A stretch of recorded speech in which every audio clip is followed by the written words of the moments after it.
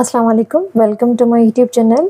Another important topic which is based on the error detection. तो हमने जो series start की है इंशाल्लाह आई होप आपको अंडरस्टैंड होती होंगी एंड आपने क्या करना है सारी एरियाज को कवर करेंगे ताकि एग्जामिनर चाहे वो इजी टॉपिक को हिट करे या डिफ़िकल्ट को तो आपके लिए जो है वो ज़्यादा प्रॉब्लम ना हो।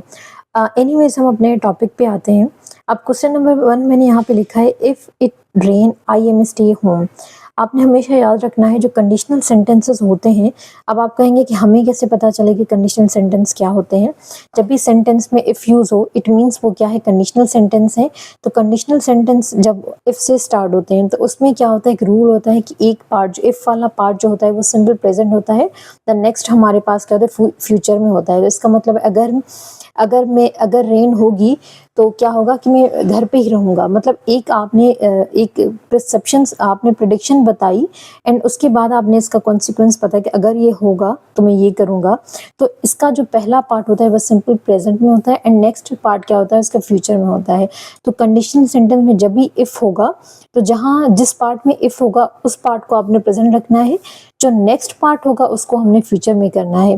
तो ये हो जाएगा if it rain I will stay home. तो यहाँ पे हमारे पास एरर क्या है, बी, क्योंकि हमें आपको पता चला कि इफ से स्टार्ट होने वाला सेंटेंस क्या होता है, कंडीशनल सेंटेंस होता है एंड इफ जहाँ पे लग जाए उस पार्ट में हमने उसको प्रेजेंट रखना होता है एंड नेक्स्ट को हमने क्या रखना होता है, फ्यूचर में।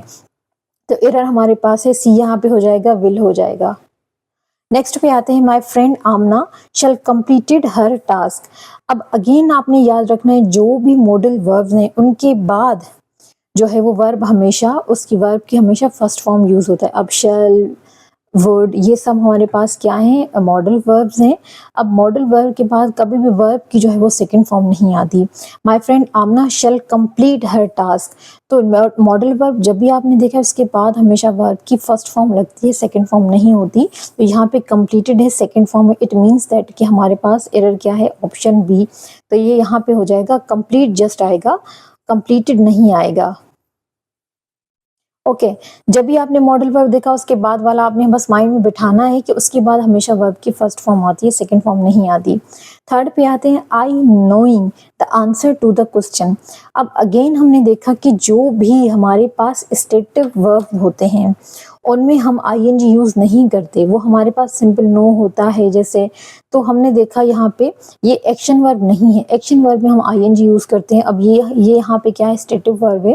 तो स्टेटिव वर्ब का जो है वो हम आईएनजी नहीं लगाते। तो यहाँ पे हमारे पास एरर क्या है, ऑप्शन ए हो जाएगा I know the answer to the questions. Stative verb हमारे पास सिंपल रहते हैं, हम उनके साथ आईएनजी यूज नहीं करते। लास्ट पे आते हैं I suggest to sell the car. Again अब यहाँ पे कुछ ग्रामर की पर्टिकुलर वर्ब्स हैं जो कि हमेशा वो क्या फॉलो करते हैं, जेरंड को फॉलो करते हैं और इन्फिनिटिव को यूज़ नहीं करते। तो यहाँ पे वो कौन कौन से वर्ड हैं जिनके बाद हमें क्या लगाना है, जेरंड लगाना है। वो मैंने वर्ड्स यहाँ पे मेंशन कर दिए, enjoy, avoid, finish, mind, suggest, recommend, practice, keep. ये सारे वर्ड्स हैं, आपने लिस्ट डाउन करने, इनको याद करने हैं। जब भी ये यूज़ होंगे, अब सजेस्ट इस लिस्ट में है तो इसके बाद जो है हमें इन्फिनेटिव यूज नहीं करना, हमने जेरंड यूज करना है।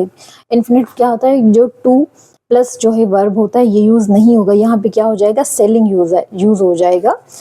हमारे पास एरर क्या हो जाएगा, ऑप्शन बी। अब ये आपने वर्ड्स लाजमी देखने, इनके बाद हमेशा जो वर्ब होगा वो आईएनजी वाला होगा।